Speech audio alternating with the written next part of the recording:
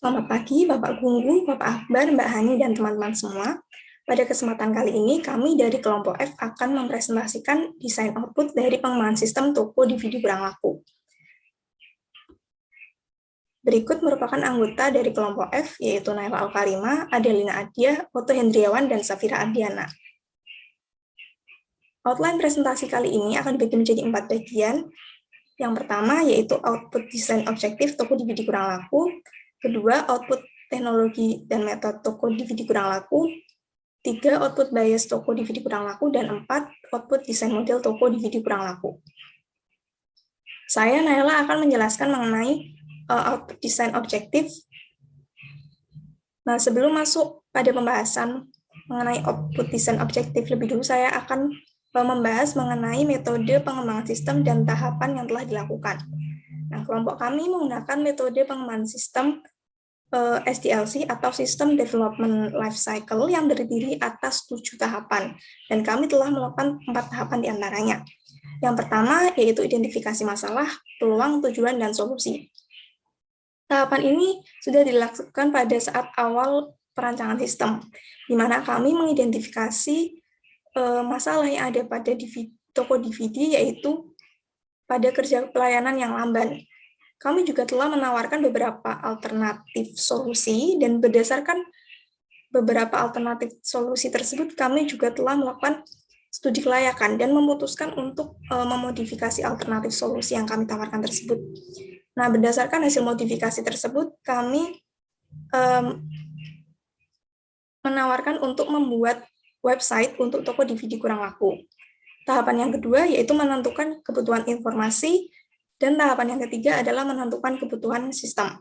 Nah, untuk menganalisis dan menentukan kebutuhan ini, kami melakukan beberapa hal, yaitu wawancara dengan manajemen toko, serta menyebar kuesioner kepada pelanggan dan karyawan toko DVD kurang laku. Nah, untuk menambahkan informasi yang dibutuhkan, kami juga telah melakukan analisis pengumpulan data secara non-interaktif, yaitu melalui observasi perilaku dan lingkungan. Kemudian tahapan yang keempat, yaitu mendesain sistem yang direkomendasikan.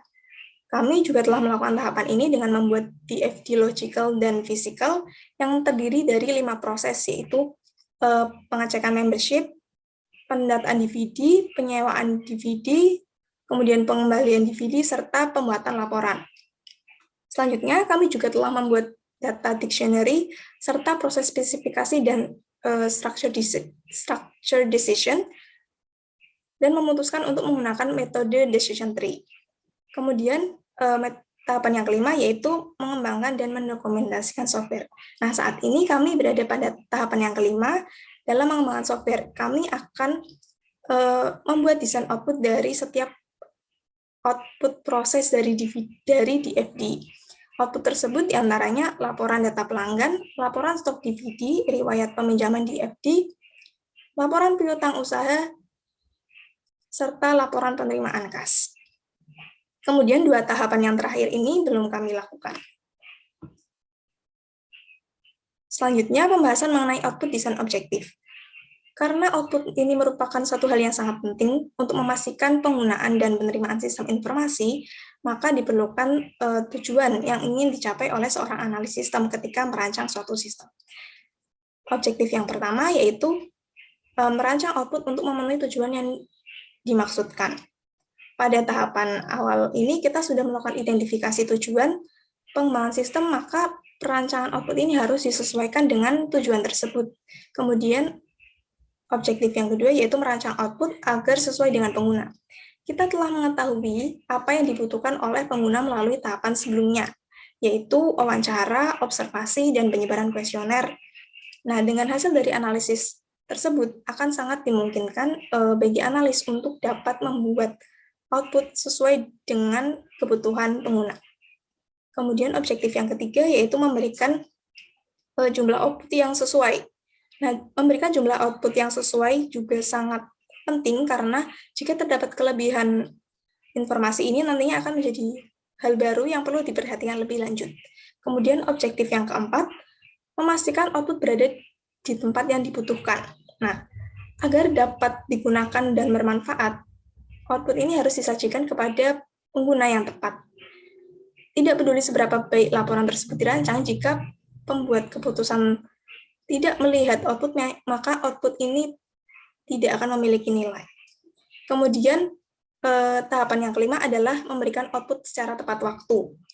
Dan objektif yang keenam yaitu memilih metode output yang tepat yang akan dijelaskan lebih lanjut oleh Adelina.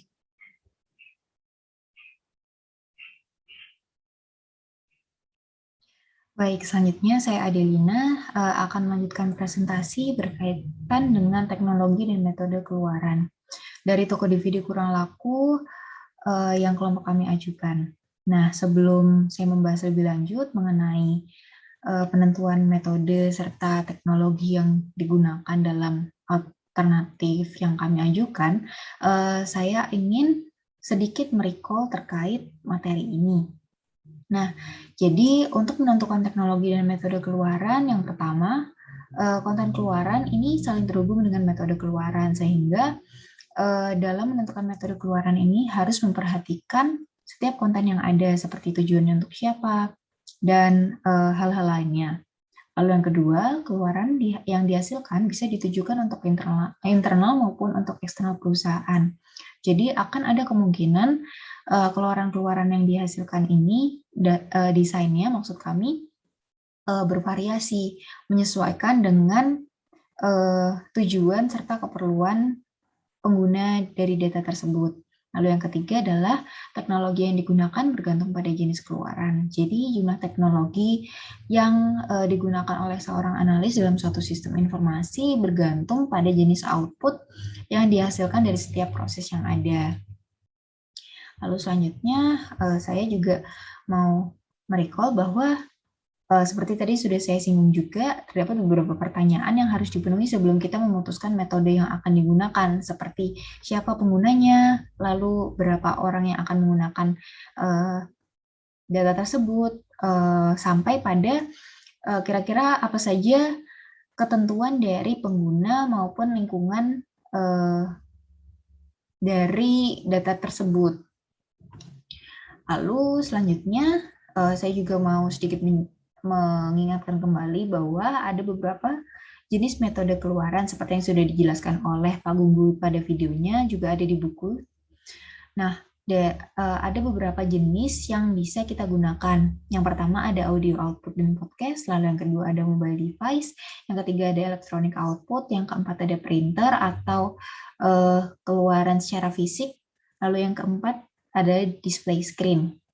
Nah, teman-teman juga mengetahui bahwa dari setiap jenis ini memiliki kelebihan dan kekurangannya masing-masing yang mendukung karakteristik dari setiap keluaran data yang sudah kita rencanakan.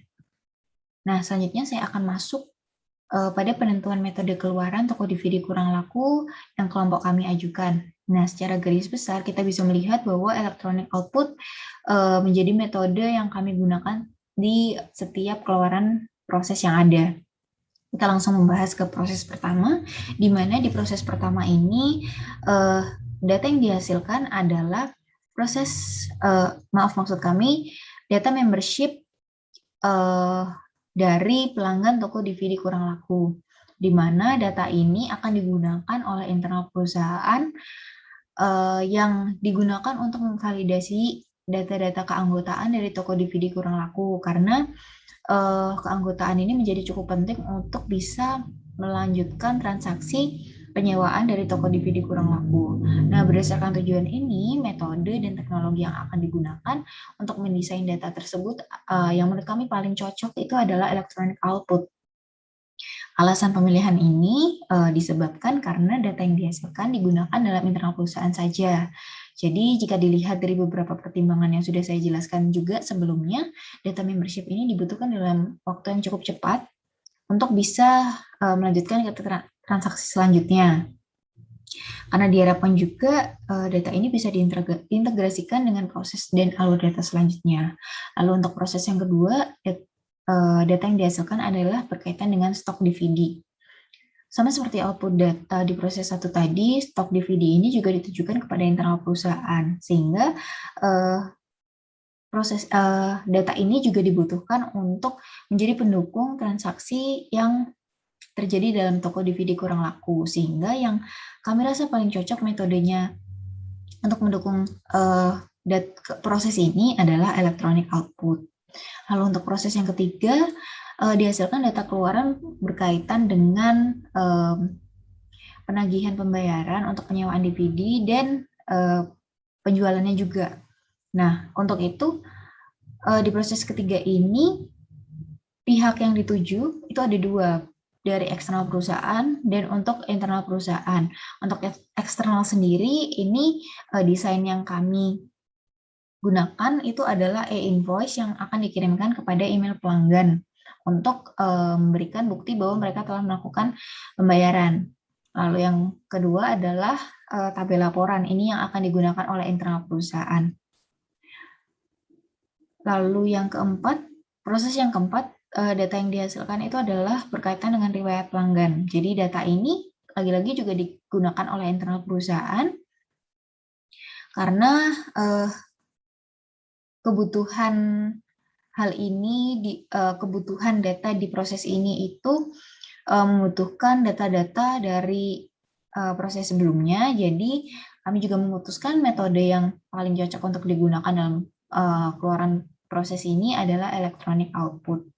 Lalu di proses yang kelima, data yang dihasilkan ini berkaitan dengan pembukuan transaksi yang terjadi di toko DVD kurang laku, sehingga metode yang kami pilih adalah electronic output dengan pertimbangan bahwa manajer membutuhkan data-data dari proses ini dengan waktu yang cukup cepat untuk mereka bisa menentukan atau membuat keputusan-keputusan selanjutnya yang berkaitan dengan operasional perusahaan.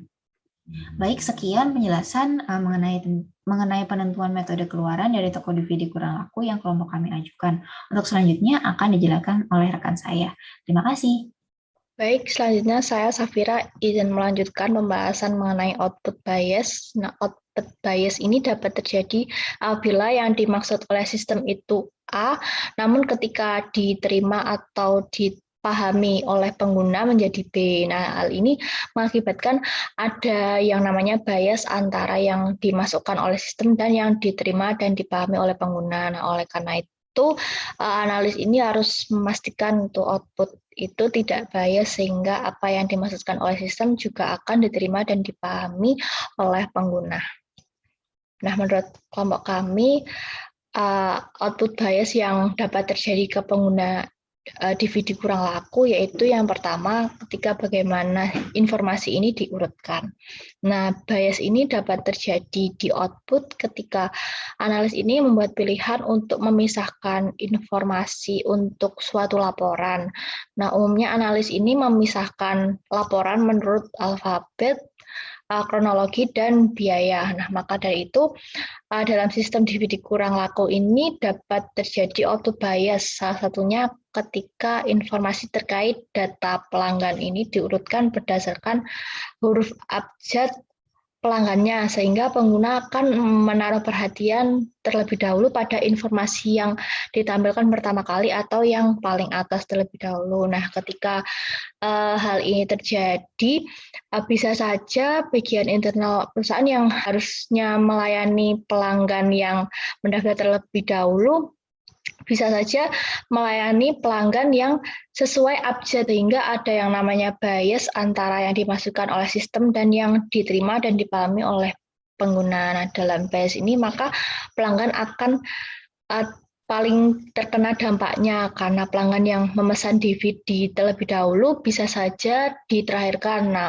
maupun sebaliknya, pelanggan yang memesan DVD terakhir bisa saja didahulukan. Nah, sesuai dari tabel tersebut, kan pelanggan Ana itu di nomor 1 ya, karena sesuai abjad namanya adalah Ana huruf A. ID pelanggannya nomor 23.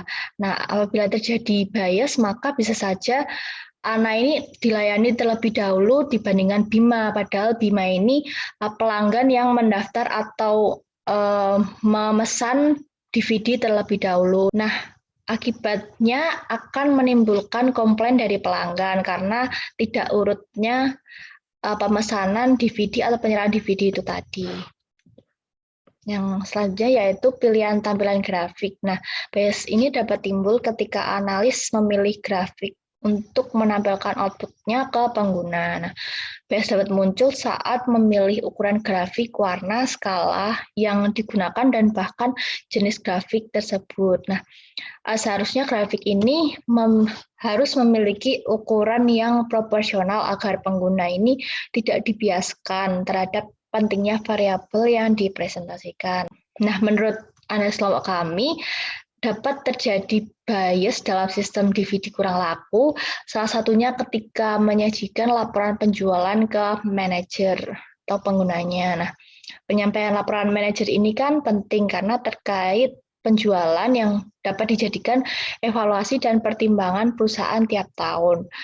Seperti yang ditunjukkan dalam grafik ini, apabila analis menyajikan grafik seperti berikut, kemungkinan besar akan mengakibatkan bias oleh pengguna, karena pengguna ini akan sulit mengidentifikasi setiap informasi karena grafik tersebut memiliki warna yang sama dan sulit untuk membandingkan penjualan periode bulan sebelumnya. Nah, dibandingkan dengan grafik sebelumnya, grafik ini tuh lebih baik dan seharusnya dipilih oleh analis karena grafik ini dapat membandingkan secara langsung antara penjualan DVD seperti bulan Februari dan Maret ini. Nah, dengan membedakan warna antara variabel, yaitu bulan Maret dan Februari ini, maka akan memudahkan manajer atau pengguna untuk memahami sehingga tidak akan menimbulkan bias. Dengan adanya perbedaan warna ini, manajer dapat membandingkan penjualan setiap bulannya dan menganalisis mana produk yang banyak peminatnya sehingga ke depannya film-film yang memiliki banyak peminat ini bisa ditambah. Sekian dari saya, selanjutnya dilanjutkan oleh Otto. Terima kasih. Melanjutkan dari tahap sebelumnya, kemudian sekarang menuju ke tahap pembuatan model desain dari output yang sudah kita rancang sebelumnya. Yang pertama ada output untuk menampilkan data pelanggan, kemudian ada output untuk menampilkan stok DVD, lalu yang ketiga ada output untuk menampilkan sales invoice, lalu yang keempat ada output untuk menampilkan riwayat pelanggan, dan yang kelima ada output untuk menampilkan laporan penjualan. Berikut detail mengenai output laporan data pelanggan.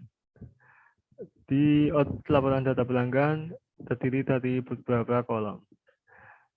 Ada kolom ID pelanggan yang berisi mengenai ID pelanggan sesuai dengan nama pelanggan, kemudian ada kolom nama pelanggan, kemudian ada kolom nomor identitas, kemudian ada kolom alamat, kemudian ada kolom jenis kelamin, kemudian ada kolom nomor HP, kemudian ada kolom email, dan yang terakhir ada tahun anggota. Tahun anggota ini maksudnya tahun di mana pelanggan menjadi membership di toko DVD kurang laku ini. Kemudian berikut mengenai detail output laporan stok DVD. Di output laporan stok DVD ini terdiri dari beberapa kolom. Ada kolom kode DVD yang merefer kepada judul DVD, dan kemudian dari kolom judul DVD ini nanti kita bisa mengetahui stok DVD yang ada. Kemudian berikut mengenai detail output sales invoice. Di output sales invoice ini terdiri dari kolom nomor, kode DVD, dan judul DVD, ada harga sewa, ada jumlah DVD yang disewa, kemudian muncul total harga yang harus dibayarkan oleh pelanggan agar bisa menyewa DVD yang diinginkannya. Baik, selanjutnya saya akan menambahkan penjelasan dari Otto berkaitan dengan desain data keluaran pada proses ketiga, yaitu berupa e-invoice yang akan diterima oleh pihak eksternal perusahaan, yaitu pelanggan. Nah, di sini bisa kita lihat detail-detail dari e-invoice ini mengacu pada keluaran data di proses sebelumnya. Jadi di sini ada keterangan mengenai nama pelanggan, juga ID-nya, dan tanggal transaksinya. Selain itu, pastinya juga dicantumkan data berkaitan dengan item yang dilakukan transaksi, juga jumlah yang harus dibayarkan oleh pelanggan tersebut. Selanjutnya akan dilanjutkan oleh Otto. Beralih ke detail output riwayat peminjam DVD. Berikut tabel yang ada di output riwayat peminjam DVD. Yang pertama ada ID pelanggan, lalu ada nama pelanggan, ada transaksi terakhir, ada transaksi di mana pelanggan menyewa DVD, lalu ada tanggal jatuh tempo di mana pelanggan harus mengembalikan DVD yang disewanya, lalu ke kolom selanjutnya ada waktu keterlambatan. Waktu keterlambatan ini waktu di mana pelanggan mengembalikan DVD secara terlambat. 0 di sini maksudnya hari. Jadi 0 itu berarti tidak ada keterlambatan sewa oleh pelanggan. Kemudian kita menuju ke output laporan penjualan. Nah, untuk output laporan penjualan sendiri terdiri dari dua. Yang pertama adalah laporan piutang usaha yang berisi mengenai piutang yang dilakukan oleh pelanggan, yang berisi mengenai kolom tanggal, ada kolom ID pelanggan, lalu ada kolom nama pelanggan, ada kolom judul DVD, ada kolom jatuh tempo, dan ada kolom debit kredit, kolom debit untuk piutang, kolom kredit untuk pendapatan. Selanjutnya laporan penjualan yang kedua adalah laporan penerimaan kas. Laporan penerimaan kas ini berisi kas yang diterima oleh toko DVD kurang laku. Kolom yang pertama adalah tanggal. Tanggal ini maksudnya tanggal pembuatan laporan penerimaan kas ini. Kemudian ada ID pelanggan, nama pelanggan, judul DVD, jatuh tempo DVD harus dikembalikan, lalu kemudian ada kolom debit untuk kas, kolom kredit untuk pendapatan. Sekian presentasi dari kelompok kami. Jika ada kurang lebihnya, kami minta maaf yang sebesar-besarnya. Terima kasih.